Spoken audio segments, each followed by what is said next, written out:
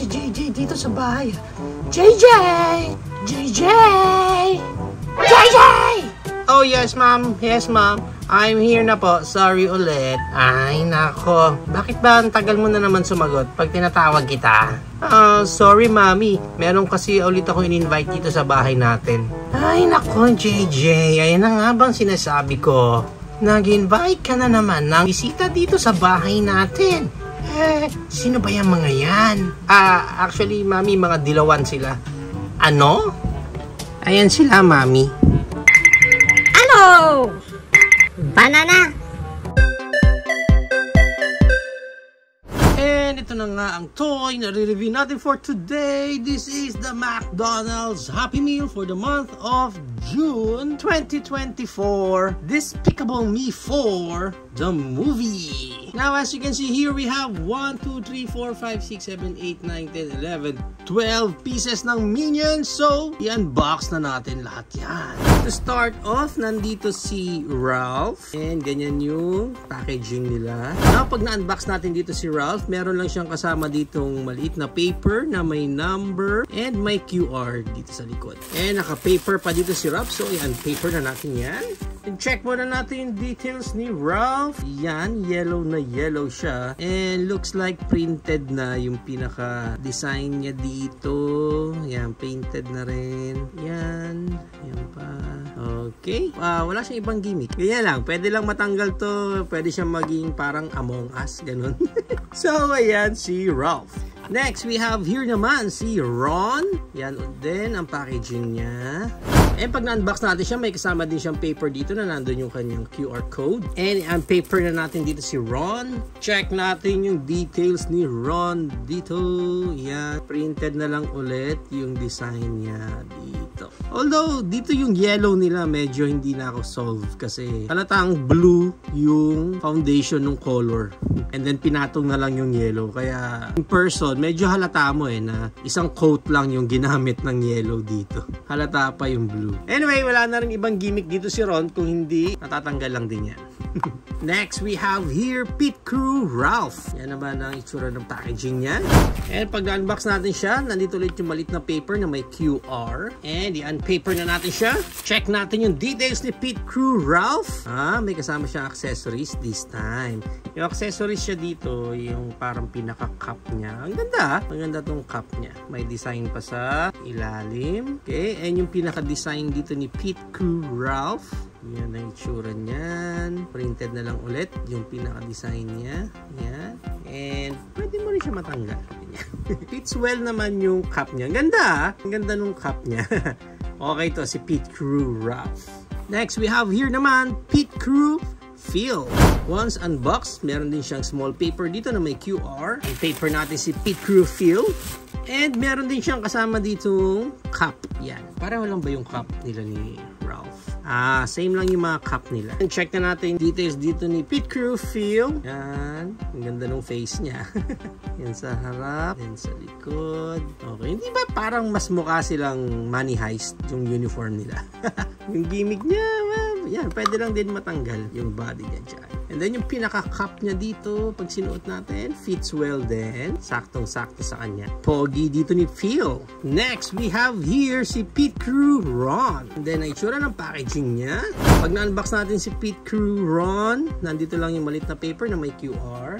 And unpaper natin si Ron. Pag na-unpaper natin siya, meron ulit siya dito ang kasamang cup. Same lang to tulad nung iba.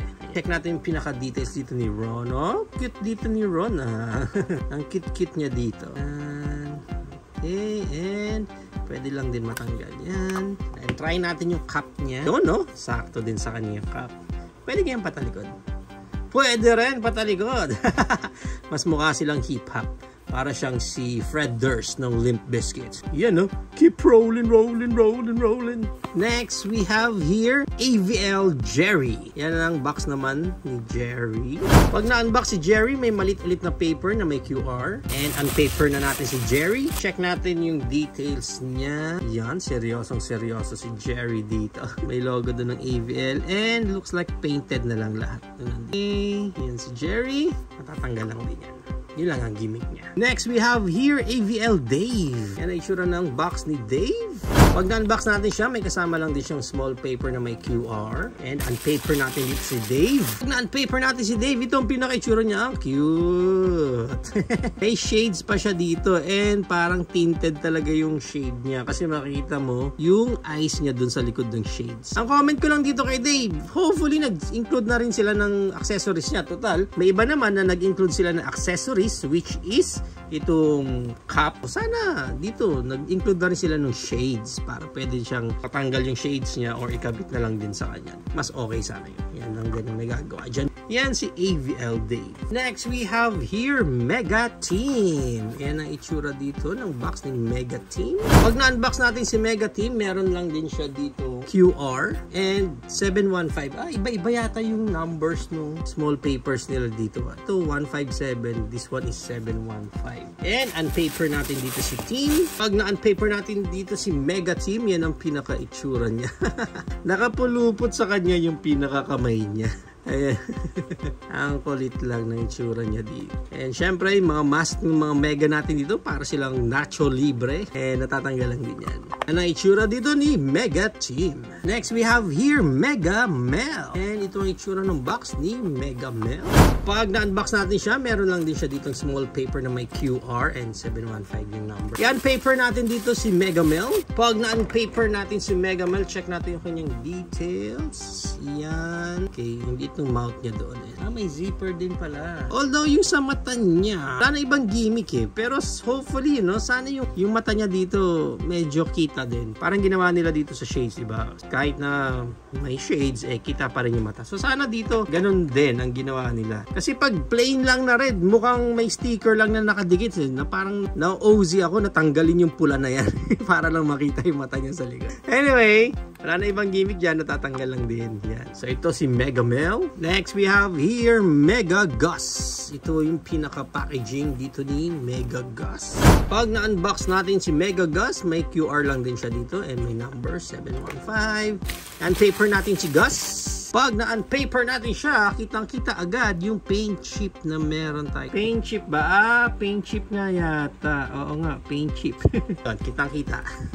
Pero ito pa iba niyang details. Yan, naka-cape siya. Mukha siyang missile. And yung gimmick niya, natatanggal lang din yan. So ito si Mega Gus. Next, we have here Mega Dave. Ito ang packaging naman nung kay Mega Dave. And pag na-unbox natin si Mega Dave, nandito ulit yung maliit na paper niya na may QR. And unpaper natin si Dave. Pag na-unpaper natin siya, flat na flat yung mukha ni Dave dito. Look at my muscles. Ang kulit lang ng mukha niya dito. Natatanggal lang din yan. Okay. Ang kulit na itsura dito ni Dave. And lastly, we have here Mega Jerry. Ito naman yung pinaka-itsura dito ng box ni Jerry. Pag na-unbox natin siya, may paper lang din siya dito na merong QR. And ang support natin si Jerry. Check natin details si Jerry. Yan, bilog na bilog. Mukha talaga siyang Fantastic Four. Si Thing. Pero ang ganda. Ang ganda nung texture dito ni Jerry. Kakaiba talaga yun sa kanya. Wala na rin siyang ibang gimmick kung di natatanggal lang din yung face niya. Try lang, may susubukan lang ako na i-mix match yung mga accessories nila or yung mga katawan nila. For example, this one, try lang natin kung gagana or kung pwede or kung magka-size. Pwede guys. Ayan. Lagay natin dito sa red. Mix match natin sila. Pwede. Ito, mas maganda tingnan. Mukha siya talagang hero dyan. This one, lagay natin dito. Then, yung cup niya, kung pwede rin. Pwede rin. Nice. Ayan So, ang ganda. Okay. At least pwede tayong mag-play around ang mga minions natin dito. Pwede pa rin. Ang ganda. Okay Okay, at least may ganung klaseng playability yung bawat isa. Ito. Naka-necktie siya pero naka-baseball cap din siya. Of course, dito hindi to pwede kasi patusok to. Lalo naman siguro dito hindi pwede. Pero itong body nito, try natin din ilagay dito sa... bagay nga! Pwede rin! Ang ganda! Okay at least pwede natin i-mix and match yung bawat minions natin dito.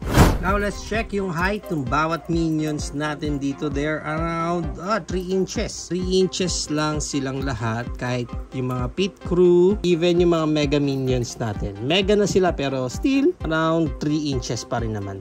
sila. So there you have it now guys. Ito na ang ating McDonald's Happy Meal for the month of June 2024. Despicable Me 4 the movie. What do you think of this Happy Meal? Is it a go for you or a no for you? Whatever thoughts, please comment it down below. But for me, at least we have a figure ng mga minions dito. Di sila nagbigay ng tin cans sa atin, di sila nagbigay ng cardboard sa atin, but instead nag-provide sila ng mga cutie minions, which is good. Some of them are parang medyo okay lang kasi mga regular minions lang naman sila, but at least meron tayo ibang variants ng mga AVL, mga Pit Crew, and even the Mega Minions. So yung variants or yung choices na meron kayo within this set ng minions is okay na okay, at least mas marami kayong mapagpipilian, but of course alam ko naman karamihan sa inyo mas gusto nyo kompletuhin yung buong set talaga na to, which is for me much better kung makompleto ninyo,